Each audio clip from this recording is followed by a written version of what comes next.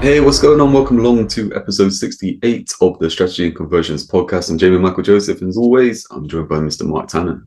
Hello, everyone. Now, Mark, this is the second podcast we have recorded for episode 68. Yeah, Basically, after all the amazing feedback we got from the last episode on living the dream life, we decided that we will get back into that and cover that topic in a bit more, right? We were going to go back into business and talking about, some stuff within there. But actually, we thought, look, let's look at this topic in a bit more detail because it is that starting point. It is what people want. Everyone's moaning, a bit at the minute with the kind of cost of living and stuff like that. And it's just like, yeah, if you look at things, look, life is here to live, right? yeah, absolutely. And I think that we didn't we were talking about that the whole whatever you're doing at the moment, wherever you are, the ambition, whether you're a business owner, working in a job, whatever you're doing, it's all about living that dream life. That's where we want to get to. So that's why we wanted to carry on with that whole theme. Yeah, most definitely. And that's the thing, isn't it, with that whole kind of living the dream life is that everyone is different. Everyone has different Yeah, has a different concept of what that means for them. Like I think we said last time, there will be some people who look, massively at the kind of yachts and stuff like that in Dubai. yeah, And there will be people that just go in. The dream life to me is not worrying when the car needs new tires. yeah, exactly. It is different, isn't it? Because I remember all the sort of different stages of life that I've been through. And it changes all the time. And when you get a little bit more, then your dream does become differently. But I just remember when I had my first banger, as we call it in the UK, when I got my first ever car, which was I think a seventh hand Fiat 124 that never started in the mornings, and it was a nightmare. And all I wanted, my dream life then, would be to have a car that started when I turned the key first time. And how things have changed now. But yeah, I admit, I was just thinking then, like, how mad is that? Like that thing, your dream life is okay. I just want a car that starts, and there will be people who are like on a bus going, yeah. just want a car, and then there will be I people, just want a car. Yeah, yeah, yeah, and there will be people walking that would just be like, oh, I wish I could catch a bus. yeah, It's yeah, mad, isn't it? And it's like yeah, it comes back to that thing we were saying is that the truth is that the opportunity is everywhere, right? You can yeah, do whatever you want. You just have to start taking those steps. And I think what happens is people just get a bit put off by what the next step is. People can dream, people have yeah. a big kind of dream about what they actually want, but putting that into action, but planning the steps for that is where I think a lot of people fall down. Yeah, and but it's true. And I was just watching something recently, a training video um, from Brendan Burchard, and he was saying that, and it's true. And I know this was recorded last year, I think, but the opportunities that are around us are insane with the whole internet, everything at our disposal, disposal as it is now. Things are getting tight. Agreed. The cost of living is going up, and all this stuff. All this stuff is happening around us. But there's also so much available to us. And I just noticed that the other day I was looking at a thing called Car Jitsu, and I thought, what's that all about? And apparently, it's a thing.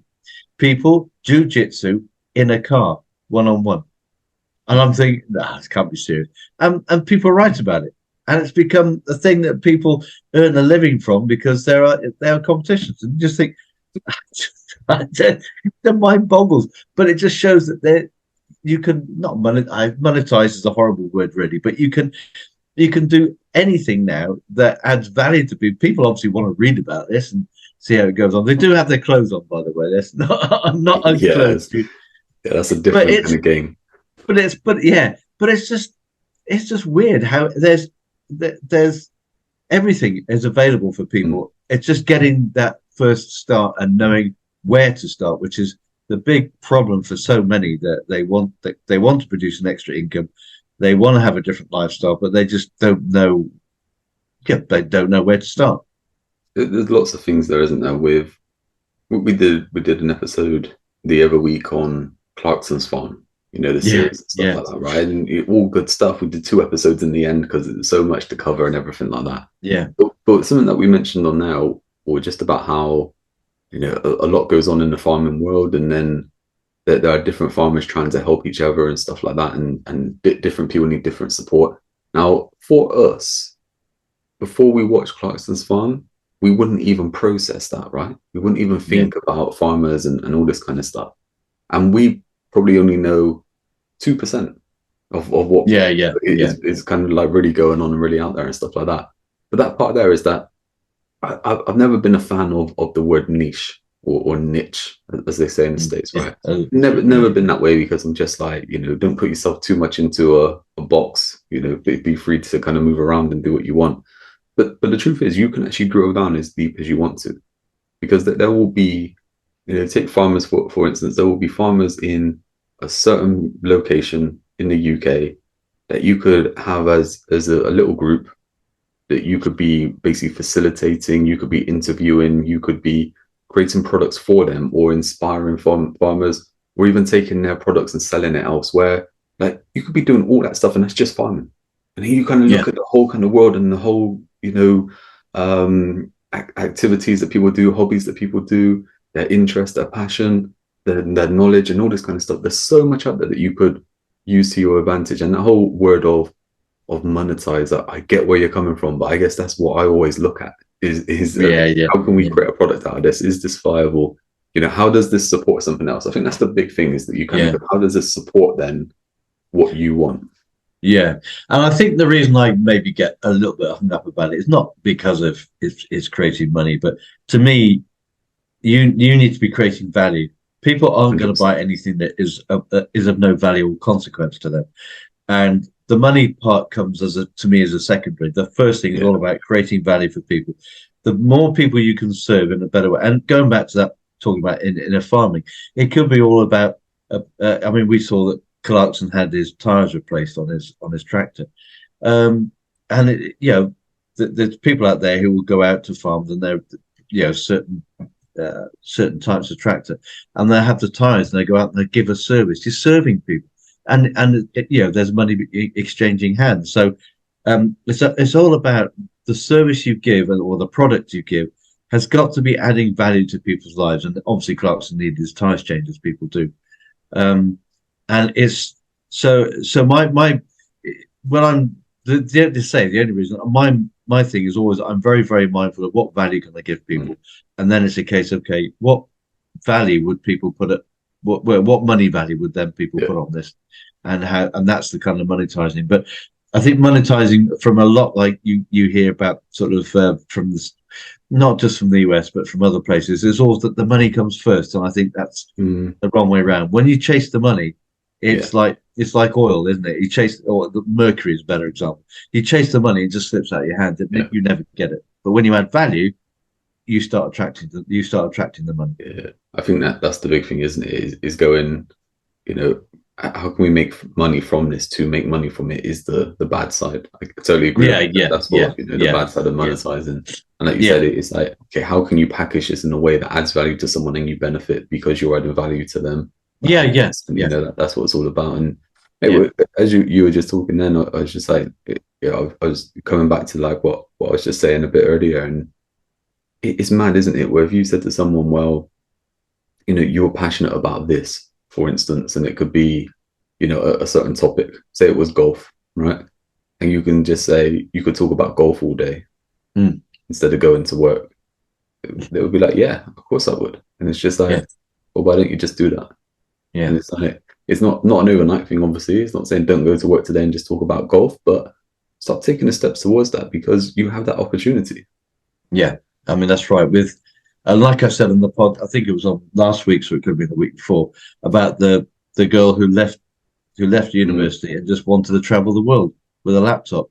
Well, you go back into, say, the 1950s or 60s, that would have been absolutely impossible. There was no means to do that. Maybe through National Geographic, but she would have had to be one of the top cream of writers to get into the National Geographic magazine. But with YouTube, it's a piece of cake. It's just opened up so many channels, and we don't know what, with AI and everything, what's coming on, what's going to be around the corner. But the fact that she could just say, yeah, I'm going to I'll take my laptop again. the technology that we didn't have quite a few years ago. We've now got it. A very simple laptop. In fact, I think she might even just use an iPad or something, or a tablet, which again, technology we didn't have. Take your pictures, put the stuff on, send it out, and people love to see it. So she's not working. You know, you say, well, what do you do for a living? Well, she wouldn't tell you. What she said, I don't do anything for a living. All right, but she travels the world, which is her living. But what a fantastic lifestyle, if that's your chosen lifestyle, you know? Yeah, exactly. That's what we went into last time, wasn't it? Is that there will be some people who straight away they hate that kind of thing. You know, they're a home bird. You know, and it's like that's absolutely fine. But the point is that it's all available to you. It's all available. I remember talking to a couple like the other month, and a year ago they moved from the UK to Cyprus, and they just moved over there because their business moved online. It's just, you know, they do everything over Zoom calls with their clients, and it's just like, wow, that's right. Another guy I know, he moved to Dubai, you know, a good kind of year ago, and he's just like, you know, I speak to people on the phone. Doesn't matter where I am. Yeah, exactly. You know, and it's that, and that's what we're trying to get at, isn't it? The opportunity is vast, and you know, I can't see anybody restricting that. I just can't see that happening. So it's going to be around. So you literally have the world is your oyster in the fingertips or phone or whatever. You can broadcast to the world as we do on our podcast. We have all sorts of countries listening in, which again would have been unheard of a few years back. But you can appeal to anybody.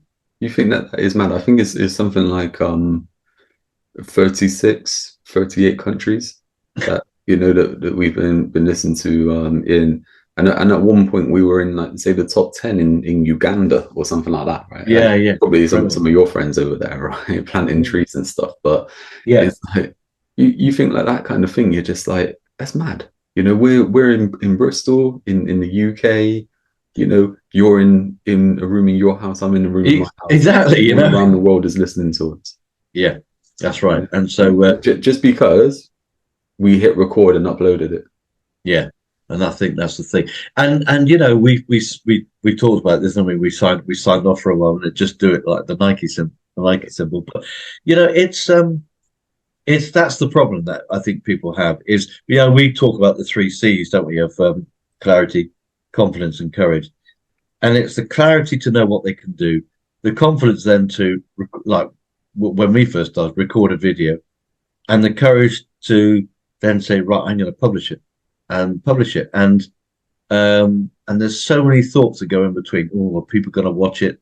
Did I speak well? Did I come across as a bit gabbly and a bit speaking too fast? Or are people going to like it? Just do it. Just press the button that publishes it and see what happens, because things can change. You know, you can change the format, you can change the way you do things all the time, but until you have something to change, you're going to wonder if you ever were, you know, what you're going to wonder that if the thoughts you had would have ever had actually produced an income for you. But the only way to do it is to put it out there and see what happens. And that's the thing as well. I mean, we'll come back to this in a minute, but I'm thinking that we're talking about, you know, creating the income, living the life you want, and stuff like that. But actually, you know, you could be doing it for fun as well. You know, and that's how we kind of started with this. I mean, we have this on the side, but we do this as a bit of fun. And if you go back to our first video, right, besides the lockdown hair and, you know, everything that was going on, right, we had the format wrong for Zoom. So that when it played, every time you spoke, it switched to your video. Every time I spoke, it switched. Oh yeah, right? yeah. And then we figured that out. You know, and then the second video and stuff like that, it was like this, but we just had black blocks on the top and bottom because we just took this video. And then once we kind of got a bit more savvy, or, you know, we got support or anything like that, we start putting like a logo on or putting some kind of colors on and stuff like that, and just made it look a bit better. But that's all it was. It's just over time. And, you know, if you've listened to this podcast before, even if you listen to it now, it's like, look, nothing's rehearsed, right? Nothing is we just go. Nothing's done prim and proper. There's going to be pauses. There's going to be mistakes.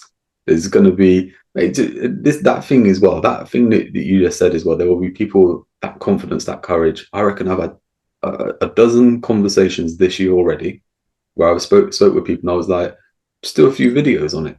And they've just gone, oh, I can't do that, like for whatever reason. What one person is like, oh, I don't like my voice, I've got an accent. Or what if no one really listens to me? No one cares what I talk about. And I'm just like, hey, do you ever listen to me? Like, some people can't work out what I say. I've got an accent that no one can work out where it's from. I don't even know where it's from, right?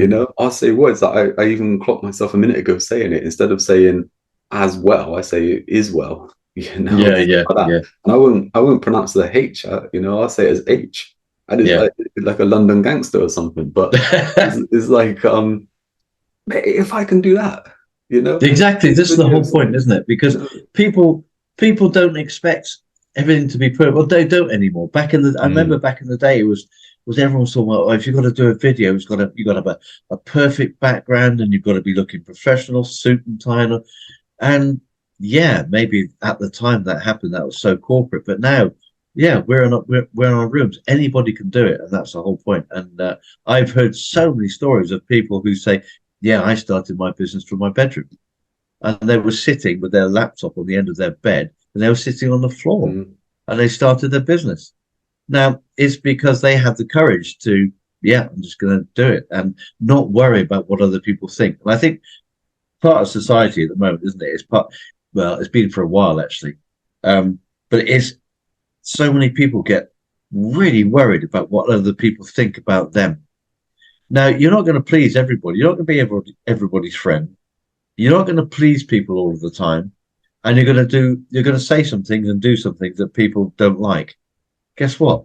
That's what happens, But you'll also, by the same token, you're going to have people who love what you do, who love the way you speak, who love the fact you're in a bedroom or whatever it is, and the fact that you're really kind of down to earth about it, and that brings them in. That attracts them to look at it because they don't think that they don't want to see these perfect, pristine videos that nowadays aren't really recorded that often, I don't think. But and they're quite happy with all the fluctuations in the screen and the light and all the rest of it, because we don't obviously have the lighting gear and all the stuff and the ums and the ahs in between, all that kind of stuff. So yeah, it's interesting because that comes back, doesn't it, to one thing we were talking about earlier. It's all about having the freedom to just do what you want to do, and that's something we will talk about. But part of that freedom is having the courage to actually do it, because until you have the courage, and not necessarily the confidence even, but until you have the courage, you're putting bars against what you could do. You're actually caging yourself in and not giving yourself the freedom of I'm just going to express myself and go out there. Totally. And we even do it now. We talk between ourselves, and we'll do something and we'll go, we're overthinking that. And and then we'll just take it back to basics and we'll just go, okay, actually, if we just reword this, if we change that, we just move on. And I think that's the big thing. Like when you were saying then about the kind of professional videos and stuff like that, I think people like the whole kind of real stuff. I think it goes deeper than that. I think it goes into transparency, and it goes into, if you go back to the start of January and we talked about a word for the year, it was genuine. Genuine, absolutely. And I think that's the big thing, is people being genuine. We see it all the time, don't we? The whole kind of Instagram lifestyle, the influencer lifestyle, and all this kind of stuff. And it's like, it's never that way. There's even people like there's celebrities now that have kind of they post a picture of them like sat by a pool or something like that, and then they post a picture of immediately after, and it's like they've got a totally different body shape. Yeah, it's like, and they're doing it to kind of be like, look, Instagram versus reality. And it's like we live in that time where everything kind of looks as if it has to be perfect, or we can't do something because we're not at that level. And it's just like, look, as long as you can impact someone, as long as you can help someone, you've got a gift to do this, and do that. And that whole thing that you said about with being in fear of other people's opinions. I was listening to something the other day, and there's actually a word for that. There's actually a phobia for that. Oh, really? It's like a real kind of weird word. I can't think what it is, but it's actually a phobia. And I'm like, that makes so much sense.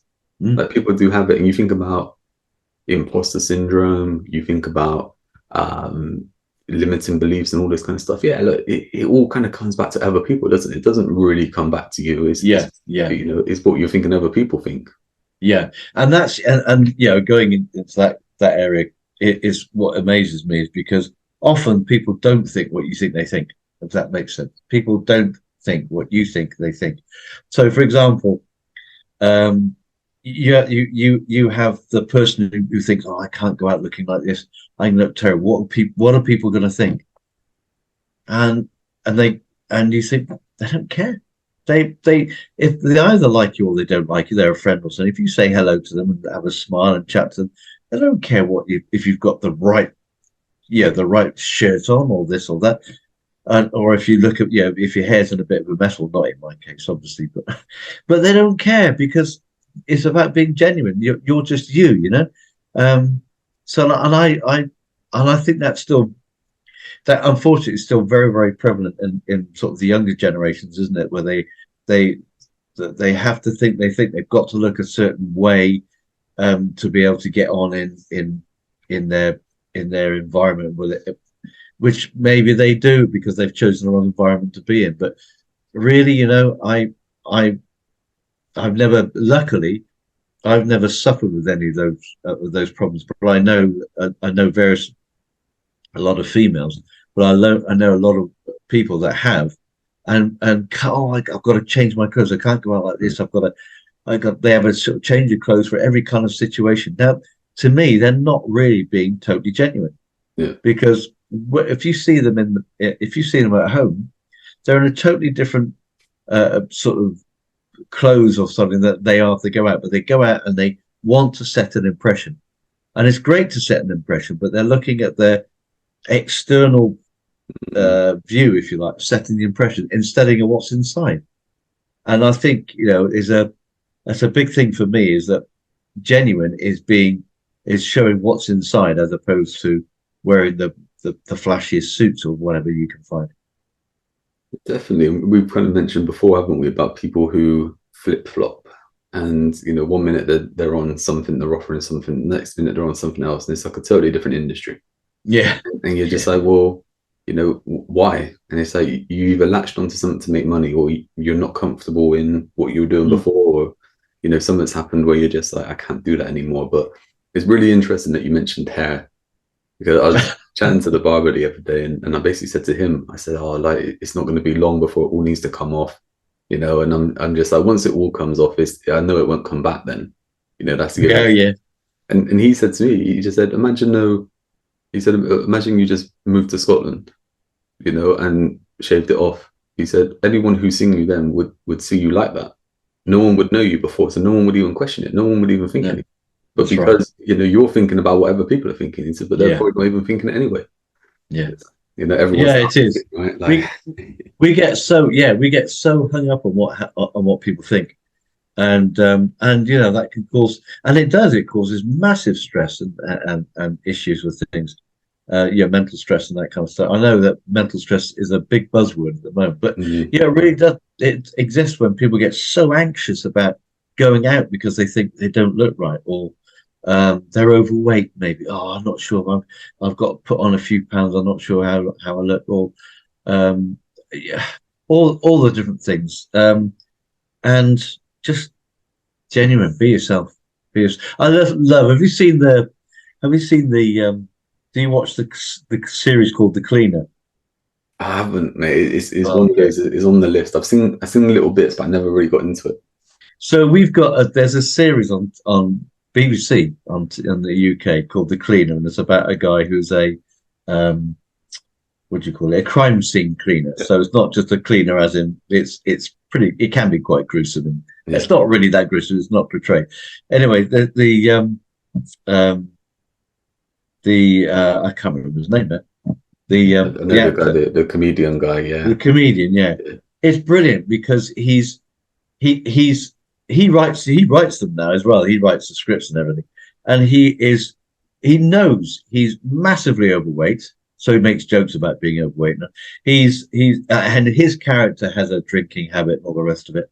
And he but the whole the whole each episode is only about 30 minutes long, but it always has kind of a very, very interesting meaning to it when you actually really watch it and intent on how it goes. But his message is always, why do you care? Why do you care what people think of you? You know, Mm. it's just you're you. People will like you. Maybe not everybody, but there will be a certain amount of people that like you. And we're not here to be liked by everybody, because that's when people just chop and change, you know. So you won't be liked by everyone. So deal with it. But there will be people that like you. So I have to say, it's a really, really. Obviously, it's a comedy series as well, but it's really good fun to watch. But if you haven't watched it yet, watch The Cleaner. Yeah, it's definitely on the list to check out, mate. Yeah. You were saying, and I mean, there's something that it kind of reminded me of. You take you got the rapper Eminem, and he had that film 8 Mile, and basically the whole point in that is that it's a rap battle, so they're insulting each other and stuff like that. Okay. And the kind of final scene, I'm going to say, if you haven't seen it, spoilers, but it's like, it's 20 years old, right? If you haven't seen it, that's your fault. Yeah, yeah. Like, he basically insults himself. So he takes away all the kind of insults, you know. So when it's the guy's turn, the guy's got nothing to say. And Yeah. it's just like, I've taken away all your weapons, because whatever you've just said, I know about myself, or I can laugh at it myself. And I think that's a big thing with people, is that they get strung up on stuff, and then when someone says something, they take offense because they're already thinking it. Whereas just like say you draw that line, you just go, look, so what? Like, Yeah, move on. so what?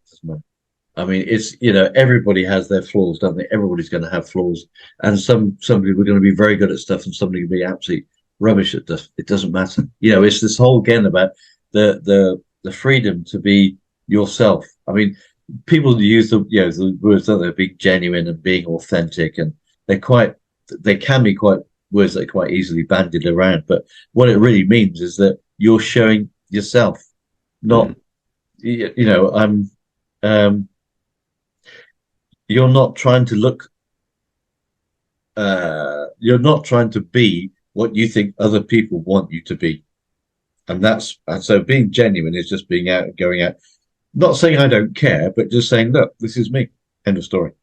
I'm being authentic and being genuine. We were talking about that one way, and I can't think if we did it on the podcast or we were just talking between us. And I was saying about, I saw a guy at a petrol station with this brand new Aston Martin, and he put like £150 in petrol, kind of thing. Yes, didn't bat an eyelid, you know, that kind of thing. And the reason I'm bringing that up there is I'm just thinking of like cars, and it's like, yeah, like Aston Martin's really cool, but really, you know, you drive it a couple of times and you've kind of got that experience then, right? Outside of that, are you just having it for other people?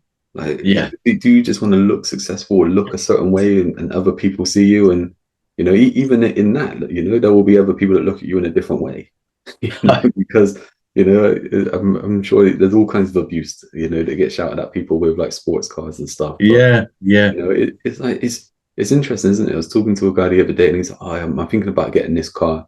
And it's just like, why? And it's like, when you actually broke it all down, it's that, yeah, it's a cool car, you know, but it's like, really, it's a bit of tin, right, that gets you from one place to another. So it doesn't matter what it is other than image or comfort, exactly, or luxury, whatever it is you want to go down the sort of route in.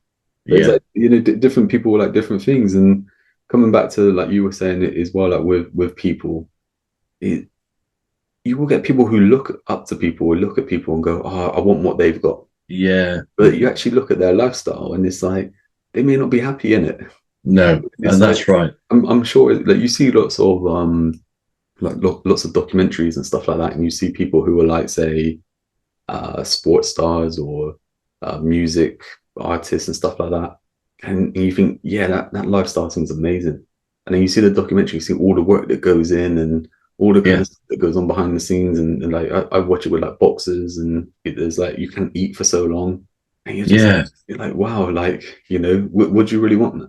You know, you want glitz and the glamour and the outcome, but do you want the process? Exactly. That is a thing. That it's interesting, because something I saw a while back, actually about a year or two ago, and it was models on a catwalk, and you see these models come out, absolutely, you know, whatever perfect is, but this kind of dream figure, if you like, that is designed for these clothes. and most of them have real bad eating disorders, Mm. are on all sorts of drugs and stuff, because they've got to have this perfect body, and a couple of them commit, they commit Mm. suicide because they just don't think they're right, and it doesn't matter what they do, they just don't think they're right. And it was really quite harrowing reading some of the stories of these quite young girls who have always wanted a career in modeling. Oh, I want to be a model. I want to be this and that. And then when I get there, as you say, there's starvation involved just before, about 2 days before they go on the catwalk.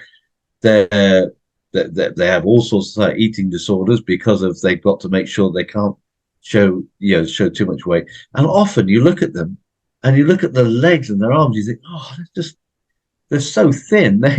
They you think that isn't attractive anymore. It's got to the stage where it's just like skin on bones. Mm. And it's because they have this image that other people that they think other people that eventually they take on, and becomes that whenever they look in the mirror, isn't it? I know this huge mental order with bulimia, that when they look in the mirror, it's like looking in a mirror these on a fairground where they look all sorts of out of shape and odd, because Yeah. that's how their brain perceives it. And it's it was a real horrible documentary actually, but it just showed. And there's one girl that was walking back on the catwalk, and the reasons came up is because she just collapsed. She Yeah. was just walking back and just completely collapsed, and she was collapsed from exhaustion. So it's that time they put in to make sure their walk is right, make sure and turning the right way, and all this kind of stuff. All the things you just don't think are relevant, are important, are really, really important to them to the Mm. nth degree. You Mad. think as well, like with that it's the same thing, but on the opposite side of the scale, right? I can remember watching, I think it was like the Arnold Schwarzenegger documentary, the Pump and Iron one, and he talked. I don't know for sure if it was him or someone else, and they talk about B anorexia, right? And what that Okay. basically is that you feel like you look too skinny. So Oh you're wow. doing more. And like with that then came to the point where it was like overtraining, overeating, steroids and stuff like that to kind of get yourself bigger, because every time you look in the mirror, you see yourself as being too small. And it's Yeah. like, and again, it's that, one way to the other, to the extreme. It's like, Yeah. but really, it's about finding what you want and what you want right now. Is that okay? Look, you always want to be working towards something, like you always say. If you're not moving forward, you're moving backwards. Yeah. Is that you always want to be moving forward towards something, but you also want to enjoy the process, right? You want to be enjoying that time, because so many people are kind of looking at that end goal, and it's like, Yeah. okay, when I get to that, or Yeah. when this happens, when that happens, when I become that, or when I have that, then things will change. And it's like, start making those changes now. Start Start living the way making. you want now. Yeah, we were talking, weren't we? Freedom was a big thing we were talking about, Mm. and the freedom is not that you've. So we build these cages around us of all sorts of different strengths, from what we will have around us, and freedom comes with having more choices and having the choice to have that freedom, and you can choose to have that freedom now. Um, it's just but so many people think, oh yeah, well, when I earn this, I can do that. When I might be in a job, and when I've got this and I saved up this much, I can do that. Or when I've done this, when they're in business, they think, well, when my business reaches this, I can have the choices to do that. You think, but what about the time in between? I was doing some writing actually recently, um, for what they call themselves a boutique solicitor, and I was trying to get my head around exactly what a boutique solicitor was first. And they were talking about very, very kind of small practices that deal with a particular part of law, particular element of law. So, for example, I know one guy who deals completely exclusively with employment law. There's only about one or two of them. They won't they won't deal with anything else. They have a whole network of people they can refer people around, but they're what's called a boutique practice apparently, and they concentrate on this one thing. Um, and I said, well, can't don't you do that don't you do that in large corporate companies? And apparently, large corporate companies are they work in a totally different way. So the boutique practice is very much again focused on the value they give to their client. And the big law companies are all about how much money they make from each fee earner, from eeach person and their clients. They're not interested in their clients' welfare. It's about what the money gets from them. And the hours they have to work is incredible. And he's saying you're working 14, sometimes 16 hours a day with very, very little pay until you've made it. And made it means becoming recognized in the eyes of the partnership or something. But until then, you're basically a kind of a slave to the business that's chucking out content and law. And it's not the way to practice law. And he was saying that's why so many people want to come out of it, because they want the freedom. And he did say, you used the word, he said they want the freedom to do what they love doing, and that is advising people on particular areas of law they're really, really interested in, but without the burnout and without all the massive overheads and the whole, I don't say call it greed, because maybe that's a bit too wrong, but this whole focus on money, as opposed, no, like I said before, service first, money will come. Because then, just because you're a boutique practice doesn't say you're any cheaper than anyone else. But what they do is make sure they give the best value they can and work the hours they want and have the freedom then to be able to,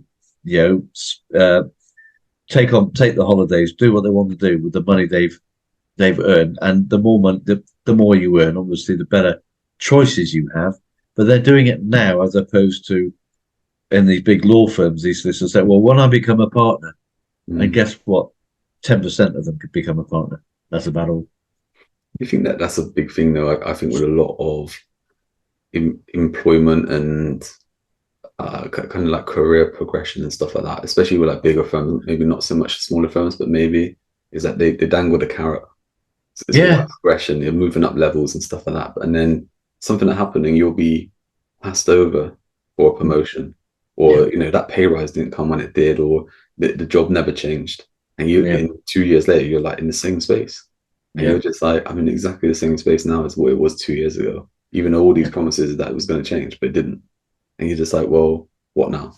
And it's like, for me, going back into the pandemic, where a lot of people were forced to work from home, then suddenly just thought, like, why not? Like, this is great. Like, why have I been traveling for 2 hours to get to somewhere? Why can't I just do this from home?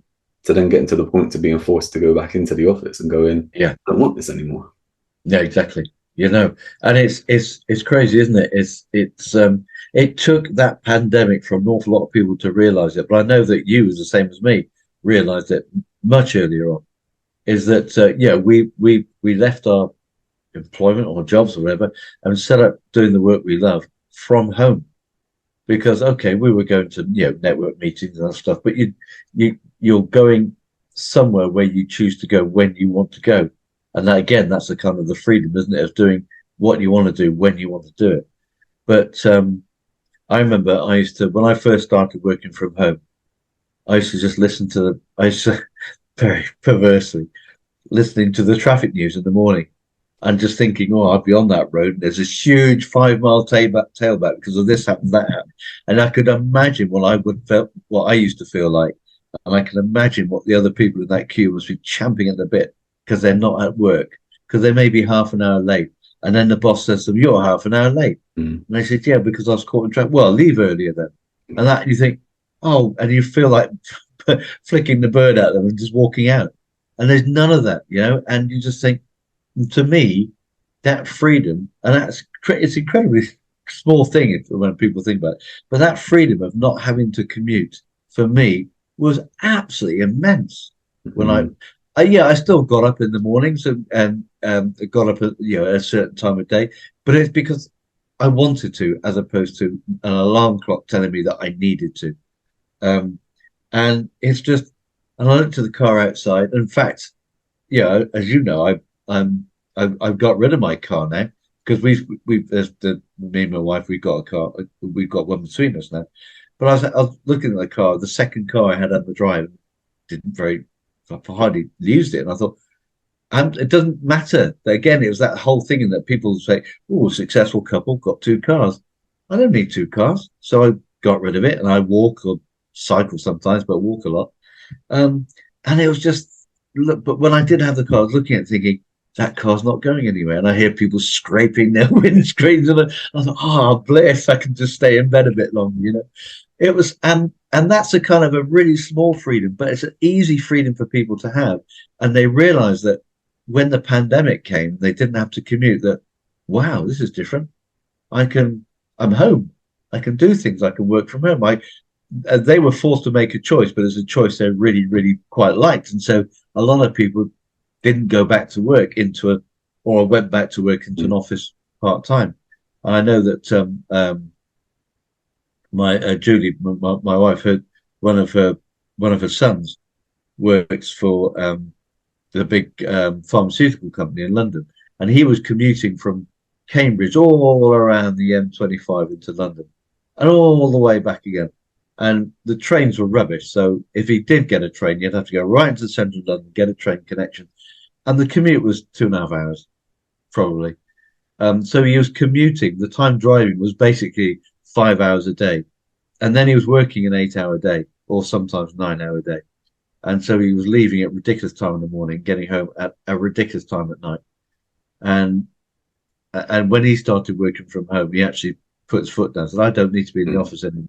And they agreed to it. So most of them now work from home, but because it's just given them so much more freedom. I think that's what it is, though, isn't it? Is that it? Yeah.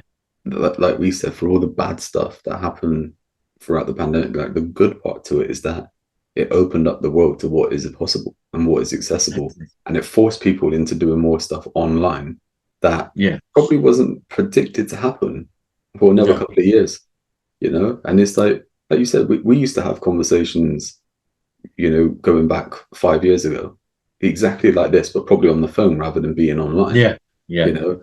And it's like, even the software was probably there with Skype and stuff like that to do it, but it probably wasn't as good. And we just didn't embrace that at the time. But and we were obviously in that kind of game anyway. Whereas people outside didn't even have a clue. You know, if you said to someone else, oh yeah, there's this software called Zoom, they'd be like, what do you mean? And then as soon as the pandemic hit, everyone knew Zoom. It was like, you know, it was crazy. And it's like, it's exactly that kind of thing. Whereas now, you know, everyone's kind of looking at it going, okay, all I need is a laptop. I've got the internet. I've got my phone. I could be doing this. I could be doing that. And really what it is taking that kind of next step. And like you said, with freedom, is that it doesn't need to be that you go, okay, look, I've had enough of commuting for 2.5 hours each day, you know, so I'm gonna jack it all in right now. You know, we're not saying to do that, but what you could do is start going, look, okay, what small moves do I need to make now? You know, to start moving towards that freedom, to start getting what I want. And that with like commuting, like I said, like 2.5 hours, right? So straight away it could be, you know, if you're sat on a train or something like that, you could be writing, you know, a blog, you could be creating product, you know, you could be listening to audiobooks and podcasts to build your knowledge and stuff like that. You know, you can be listening to this podcast, right? You know, and it's like the point there is that you could be using that time to your advantage rather than it being just a case of, right, okay, I'm just going to look out the window, I'm going to play this game, or, you know, whatever it is, or I just listen to music on that way. Or when people get home, you know, this is my big thing, is that we're talking about, we spoke about a couple of TV shows during this podcast. It's like we both love TV, we both watch TV, right? But it's like, if something needs to get done, then we'll get it done, you know. Whereas other people go, oh, I know I've worked all day, so I'm not going to spend any time myself. I'm going to watch TV. And it's like, I remember seeing a quote, I can't remember who it was who said it, and it was just like, the worst thing that you can ever do is spend all day working for someone and then not work for yourself on an evening. You know, and it's just like, because you're never progressing, are you? That's the thing. And there will be people that have a career or something like that and they progress on and stuff, but you're still always at danger of one day they're in control. They just say, we don't need you anymore. And that's, again, that comes down to that the freedom thing, isn't it? Is that, and I don't mean to preach, because I know a lot of people who are self-employed, they call it they keep talking about jobs as a horrible thing to have and everything, and people have jobs, and so you've got to be sensitive to that. But all the time you're in a job, which I think people called just over broke, didn't they? That was the thing. Job was just think, but all the time you're in a job, you've got to remember that you're not working for yourself. You're working for someone else's dream, goals, whatever you want to say. And like you just said then, and it's so easy. And I've been made redundant 4 times in my life. And it's so easy for them to say, sorry, but this is going. And you suddenly think, hang on a minute. And there, yeah, you've got maybe a month or so to go out of work. And interestingly enough, so this Julie's son, his wife, she works for an American company, and it's all online. So she's does a lot of stuff in marketing. Yeah. All online. And this American company, I can't remember, had so many employees around, and she had a team of 5 or 6 people that she managed. Again, let's say all online. Most some are in the States, some are in Europe.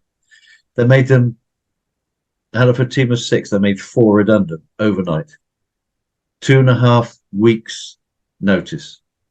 Wow. Minimum statutory pay, which in the UK is absolute peanuts.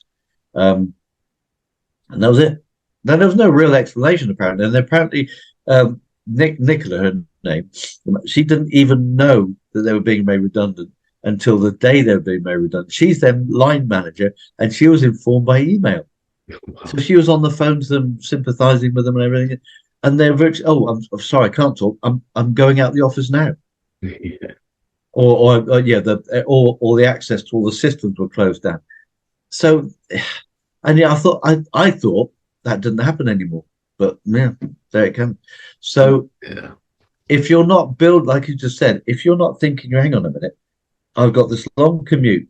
What can I do in the time I have available to me to help me start building something that if this happens, and I never thought it had happened to me. The first time was a real shock. By the 4th time, I couldn't believe it happened again. So that if this thing happens to me, I'm not suddenly thinking, what do I do now? And I've got something to fall back on, because she was phoning a couple of people and they were in tears. What do I do now? Yeah. But that's the thing, isn't it? Like you said, we're just over broke. I mean, I think the problem is the reliance. So you rely on that all of a sudden, that's your only source of income. It's pulled away. It is like, okay, the next step then is I have to find another job quickly. Yeah. Very quickly. Yeah. Yeah. Where, like you said, if it was a case of that you are spending those times, you are building up different revenue streams and stuff like that, where it may not be a case of you're going, yeah, okay, this is, again, look, it's not multi-millions. It's not going, yeah, okay, we need to build this, we need to build that. It's like, the dream life could just be that is, most people could probably get away with a couple of thousand, like, to live on. Yeah. And so how do you build a couple of thousand a month to support you in case something did happen? And that can be around a job. But if you could go at it full time, then you could do a lot more. But it's having those options to be able to do it. And like you said, with freedom, is that money freedom is one thing. Yeah. Said like commuting for 2 hours and stuff like that. Well, look, time freedom is another. Yeah. And then you get into freedom around kind of knowledge, like having skills and learning different things to develop your own kind of experience to be able to do different things. Yeah. And you also look at things like opportunity as well. Like, you turn down opportunities because you're too focused on being where you are. Yeah. Yeah. And that's the thing. And knowledge is a big one. I know it doesn't get talked about a great deal, but it's about learning new skills. They don't have to be skills. So going back to this commute thing, just imagine you're commuting, you're driving. Okay, so you don't have much time to write anything down or all the rest of it, but you can listen to learning new skills. I mean, I guess that, and I know that you don't get many CDs in cars now because CDs are passed on. It's all MP3 stuff. But I guess you can download all sorts of courses to learn something new. So, for example, you've got someone who's maybe works in a law firm and they're traveling around the M25 and they want to, start making wooden stuff to sell, wooden craft. So it's again learning carpentry skills, maybe, and that kind of thing. But you can learn anything because everything is available to you. It doesn't have to be work related, and you just keep listening to that stuff. How do I do this? How do I create a business? There's a good one. So many people don't know where to start, but you don't do anything new unless you learn. And so one of the things we were talking again earlier when we were talking about setting different goals for things. People talk about, oh, my income goal, I want this and I want that. But what about your learning goal? Mm. What are you going to learn next? Because nothing changes unless you learn something new. And so so you've got to start thinking about, if I want to, again, if I want a promotion at work, if I do want to stay at work and I want to get promoted to the next level, and maybe it's a managerial job and I'm not really brilliant at managing people, you've got the option to learn it on your commute, how best to manage people, that kind of thing, something that's really practical. How best to manage a team of 4 people. Bang, I'm sure you'll find it on the internet, put it in your car, MP3, you're driving to work, learning the skills of management, which no one at work has time to teach you, and you don't have time to read about, because once you're into work, you're bang into work, and then you're driving home again. So instead of wasting that time, that free time you have, use it to learn a new skill and set knowledge goals. I want to learn how to do this or that, whatever they are, because they are as important as setting these financial goals or holiday goals or whatever, that kind of stuff that people do at the beginning of a year. But so I think those are kind of goals that I don't get talked about that much, about learning goals. But I think, I know that they're incredibly important for people to do. I was just thinking in that when you were talking, I mean, that whole kind of learning goal, it's like, look, it's on you. It's in no one else's interest for you to learn more. In fact, I think the kind of system is set against it. I think you're right. Yeah, you say you get to work. Your boss wants you to do what will benefit them. They don't want you learning other stuff so you can leave and go elsewhere and better yourself. They want you there. They want you doing that stuff. And it's just that thing then as well of going, but don't get trapped. We were talking earlier, weren't we, about the whole kind of trapped in the matrix kind of thing. You're caught in that cycle. I can remember seeing a little meme, and it was someone's like, oh, I've got to get a car to get to work, and then they're in work, and so the person's like, I hate this job. And they're like, why don't you quit? He's like, I've got car payments to pay. And it's like, you get the car to get to work, to pay them for the car, but it's like you're stuck in that trap, that vicious run. And you hear people, don't you, with that, with the whole kind of rat race and stuff. And it's just like, we go to work to earn the money to buy the house that we don't stay in because we're too busy at work. We're too busy at work, yeah. How true is that, How true is that? It's so interesting. I remember when I was volunteering in Kenya, what was it, 5 years ago? And I remember one of the guys asking me, he said, why do British people have such big houses? And then I thought, oh, you don't have a big house. And then you think and I know the country is totally different because it's sunshine all year long. And their house, they sleep in. That's it. So in a majority of houses in small villages, are just one room, and it's a bedroom. You walk in, you sleep in it. Everything they do is outside. They're cooking and all the rest of it. And even the houses for people who can if you like, afford to or have the means to build a brick house, which some built their own bricks, and they've probably got 2 rooms. That's it, because all their lifestyle is outside, and they only ever go to their house to sleep. And so they have hardly any windows in their houses. There's really, at first I couldn't get my head around it. Then it started to make sense. And this whole idea of having these Kenyans ask me, why do you have such big houses? Because all we do often, and it's quite interesting. You listen to people who have got these huge big. Yeah, we only live in this part of the house, or we only live in these 2 rooms. And you think, well, what's all the rest for then? And it's just for show, really. It's to show that I am successful. And you think, but what does success mean? Yeah. Does success mean you've got this huge house, massive mortgage, probably massive council tax and all the rest of it? When actually you could probably quite have, 2-3 bed at the most, you could probably handle, that would be all you need. But success is the trappings that you have to show people I'm successful. But success is just how you feel. And again, it's that freedom, isn't it? I've seen something as well, mate, where it said, like, don't be envious of the person driving Lamborghini to the job that they hate. Yeah. Be envious of the person that doesn't have a car but gets to do what they want. Yeah. Absolutely. Yeah. And there's all those kind of small little cartoons but But you sit down and you think about it, you think, absolutely right. Yeah. If you've got somebody who doesn't have a car, maybe lives in a small house or whatever, and walks to a job maybe 10, 15 minutes away, so that they love, they've got massive freedom, as opposed to, like you said, the person who's got all the trappings of success. Yeah, look at this, Lamborghini, drives into work, hates his job, gets back, hates it so much he probably is drinking too much to just forget it all, and doesn't have a very good relationship because he's always absolutely stressed, and or she, I should say, they're absolutely stressed and they're at breaking point. So as soon as anybody just says something, they go, just explodes. So relationships suffer and all the rest of it. There's no freedom there. There's no success there at all. It just, from the outside, it looks good, but inside, there's no success in that person. And I used to work in a drug and alcohol rehab center in a place just close to where we live, in Weston-super-Mare, it's a town in the UK.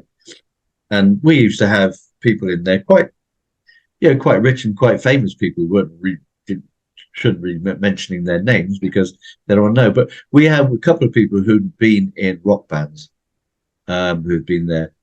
And I used to chat to them, and they were quite well known. You talk about the success they had, and they said, "Nah, there's no success."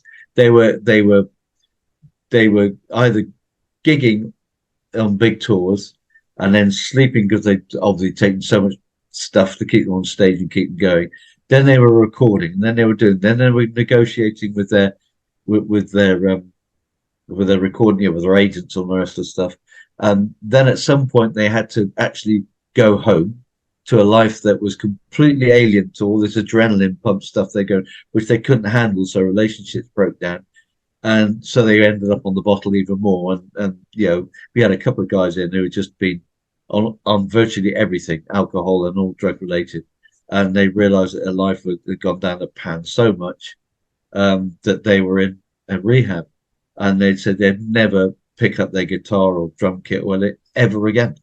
And he thought, how sad is that? They had this wonderful skill of being a brilliant musician, but this life that's everyone, a lot of people, I want to be a rock star. No, I'm not sure if you do. That's think about that one. Yeah. That's what I mean, is that you kind of see something and you kind of think, I want that, but you don't really know, the bigger lifestyle and stuff like that. And again, it's when you get to that level that you kind of go, okay, that isn't what I wanted. Or like you said, you're planning on to a certain date to when you go, when I get to this, then I'll do that. Or, then I'll have this, or I could do that. Where it's like, look, bring it back to now. But what can you start doing? Now we do this. Yeah. I mean, with, you deal with the kind of mindset side and that kind of coaching. I deal with the kind of marketing side and the strategy side, or, how we kind of get the income from that. Yeah. And we deal with clients. Is that the first thing we do is we'll go through questions. We call them the power questions. Yeah. So we go through a set of questions, and it's nothing about going, well, what product are you trying to sell? Yeah. Or what's the turnover here, or whatever it is. It's more about, look, what is it you want? Yeah. And it's like, all we look at then is going, okay, look, once we ask these questions and we know exactly what it is, then we can go, okay, look, let's start planning that blueprint. Let's start mapping that out to go from where you are now to where you want to be. Yeah. That's clarity, isn't it? That's the whole thing, is the clarity of what you want your life to be like. Yeah. I mean, if a lot of people talk about this, but it's a brilliant question. If you had all the money you wanted and you had all the time in the world that you wanted, and you could do absolutely anything you want, what would you really do? Because I'm sure it wouldn't be driving to the office. It may not even be working from home. It might be, well, actually, I'd like to go mountain climbing, for example. What would you really want to do? So then it's thinking that, okay, if you wanted to go mountain climbing, how could you make that something that you could do? It could be just writing about it. It could be anything. But the point is, then you're starting to move into stuff that you enjoy, as opposed to stuff you see work. And you get so many quotes from people who say, I don't see this as work because I do what I love all day long. So it's not work to me. And that's where you want to be. If you can, that's where you want to be. You want to be in a position where you don't see what you do as work. It's something you really enjoy that motivates you and drives you, and it gives you the finances you need, admittedly, but it gives you the freedom because you're now working. It just feels easy. You're making choices that are designed around what you want, what you love doing. The whole idea of like from the marketing point of view is generating the income that allows you to make different choices as well. And you're learning. Yeah, again, that learning goals is that learning. So how can I do this well? How can I make this even better? So video creation, that kind of stuff. Actually, well, let's start climbing myself and videoing and talking about my particular journey around climbing certain mountains in the Alps or something. And actually, because people will be loving seeing and hearing about it. And coming back to talking about doing videos and stuff like that, and doing kind of raw and real and transparent kind of videos, right? Is that there are people that they just want to see videos of someone who is 1-2 steps ahead of them. They don't need this is a classic example, right? And that don't go. We don't want any kind of solicitor letters or anything like that, right? But if you watch something on TV with like Bear Grylls, right? It's a TV show. It's a production. It's like it's not real. Yeah. Right? But if you go to YouTube and you watch someone who's out in a forest somewhere putting together a fire or something like that, they're actually doing it. Yeah, they're actually doing it. Bear Grylls has those skills. He's done that. But what he does now is production. It's production. Yeah. And it's like, so there will be people who kind of see Bear Grylls and they may read the books and all this kind of stuff and they love that. But they also just go, yeah, but Johnny down the road, he's doing what I want to be doing right now. So I'm going to follow his stuff. Yeah, exactly. And again, how easy is that? You don't need to take a laptop anymore. You've got these things that people still call phones, but they're computers that you can take fantastic video with. You can do anything you basically want. You can upload it. You can click on the internet. You've got all these apps that you can run, Loom and all these other apps that you can use to create video. And say, for example, you start then maybe going on a climbing tour around the Brecon Beacons, for example, which is a mountain range in Wales, on video. And every now and then you stop and you show people the views and show people, and then you have a selfie as you're climbing, and people can see that it's hard work and all the rest of it. I love it, absolutely love it. Straight away with that, look, you top and tell it, right? So to start with, it's like, okay, what equipment do I need and stuff like that? What do I really need to do afterwards? Okay, look, what went wrong? What would I change for next time? Brief kind of thing. Okay, let's do a poll, right? Where am I going next? And then you start building that community. And it's like that. That's right. And how fantastic is that? You're doing what you love. You've got people on board who love seeing you do what you love. And monetizing it well. You get enough viewers on a YouTube channel, and you'll start getting people who are looking to you for advertising stuff. Lots of people have done that now. They've created a lifestyle through their YouTube channel. Yeah.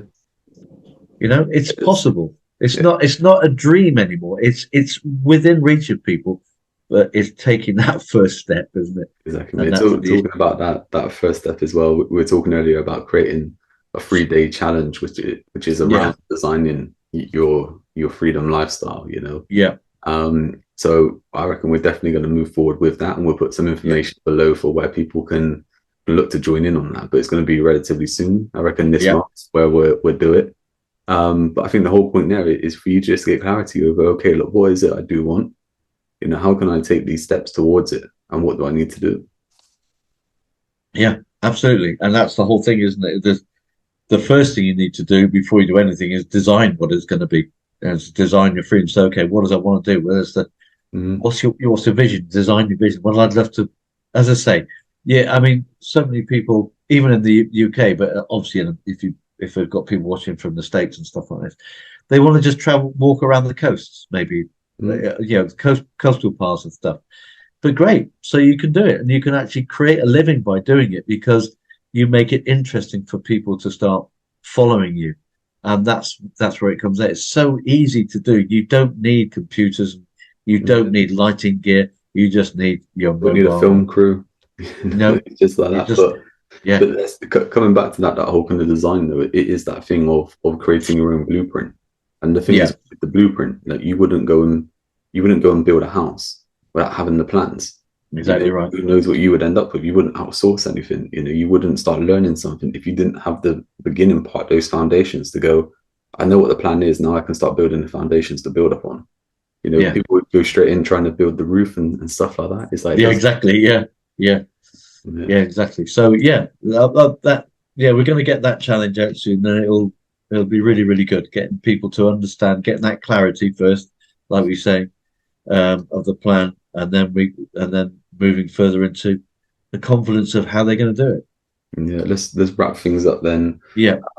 I reckon I'll ask you to summarize anything up. I know we kind of went through it, but just before we do it, just say, look, obviously, if you listen around the world, wherever you are, give this podcast a like, give it a share, help someone else out, let them, check it out as well. We appreciate it. And obviously, so you can get in touch with us. Go over to the website, Strategy and Conversions, lots of stuff on there for you to check out. And yeah, just reach out to us, socials and all sorts. But yeah, Mark, sum it up then. Sum it up. Okay, so I guess what we've been talking about really is you might have built a cage around you through how you think people perceive you and everything, and that you can't have your freedom now and it's going to be at a later date. So start thinking about your freedom, designing your freedom now, and start breaking down those bars. It's so important, isn't it? We all fall into that cage. Yeah. It's time to break free. So always been a pleasure. Okay. Catch you next time. Yeah. Okay. Cheers, everyone. Thanks for watching.